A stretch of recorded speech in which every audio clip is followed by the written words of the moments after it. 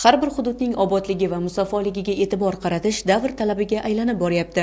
Atrof muhit musaffoligini saqlash, tabiat resurslaridan oqilona foydalanishimiz, ayniqsa suvni tejab ishlatishimiz zarur. Shu boisdan yurtimizda ham suvdan tejamkorlik bilan foydalanish bo'yicha tizimli islohotlar amalga oshirilmoqda. Xususan, Mirzobod tumanida kanallarni betonlashtirish ishlari olib borilyapti.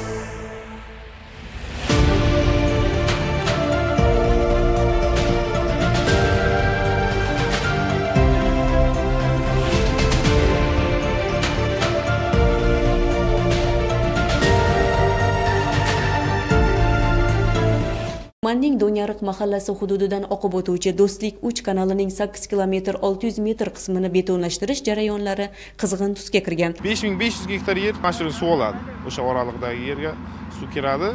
Xudo xolasa obyektimiz mana shu 25-yil 15-dekabrgacha tugatamiz obyektimizni. Kanallarni betonlashtirish jarayoni maxsus uskunalar yordamida bosqichma-bosqich amalga oshirilyapti. Qurilish ishlari mutasaddilar tomonidan muntazam nazorat qilib borilmoqda. Bu esa sifat samaradorligining oshishida muhimdir. Avvallari sug'orish mavsumi davrida ichki sug'orish tarmoqlari orqali yetkazib berilayotgan ob-hayotning 30% dan ko'prog'i quyoshda bug'lanishi hamda yerga singib ketishi tufayli behudaga isrof bo'layotgan edi. Bu ish to'liq yakuniga yetkazilgach, yiliga 2,5 million metr kub ob-hayot tejaladi va tejalgan suv hisobiga 5,5 ming gektar ekin maydonlarini qo'shimcha suv bilan ta'minlash imkoniyati vujudga keladi. Prezidentimizga rahmat, xalqimizga, elimizga shunchalik imkoniyat yaratyapti. Kanallarimizni betonlashtirib beryapti. Qishloq xo'jaligimiz egin-tiginlarimiz yaxshi bo'ladi. Suv vaqtida keladi. Dehqonchilikda yana ham shu ko'proq hosil olishga harakat qiladi bar xalqimiz. Kanalimizni betonlashtirib berilyapti. Oldin suv yaxshi kelmasdi, hozir suv farovon bo'lib xalqni farovonligi uchun tobarqa agratlarimizni sug'orish uchun juda suv serob bo'ldi. Undan tashqari mana sizat oqatirgan suvlarimiz, izbroslarimizni ham qazib anchagina xalqqa foydasi bo'ldi. Agratda suvdan yaxshi foydalanganimiz uchun 90 chiqib ekkan chusnaklarimiz bugungi kunda iste'molga yaroqli bo'lib qoldi.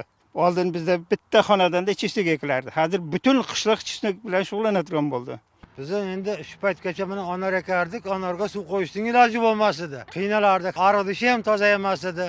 Mana endi onorlarimizga xudo xolasa tiniqqina suvlarni qo'yib, bundan keyin yana onorlarni rivojlantiramiz. Farzandlarga o'rgatamiz, nevaralarga o'rgatamiz. Taraqqiyot qilgan davlatlarga eksport qilamiz. Qozog'iston, Tojikiston, Rossiyaga masalan onorlarimizni o'zimiz jo'natyapmiz. Mana kanalimizni ko'ryapsiz, qanday obod bo'ldi. Yo'limizni ko'ryapsiz. Bu yilning yurtning obodchiligi. Olib borilayotgan xayrli tadbirlar Do'nyariq mahalla ahlining dehqonchilik qilishda, yerlarning hosildorligi va bu orqali ularning daromadini oshirish imkoniyatini yaratdi. Davlatimiz rahbarining suvdan oqilona foydalanish bo'yicha olib borayotgan islohotlarining asl mohiyati ham shu, ya'ni ob-hayotni tejash, suvdan samarali foydalanish va bu orqali aholi daromadini oshirib, kambag'allikni qisqartirishdir.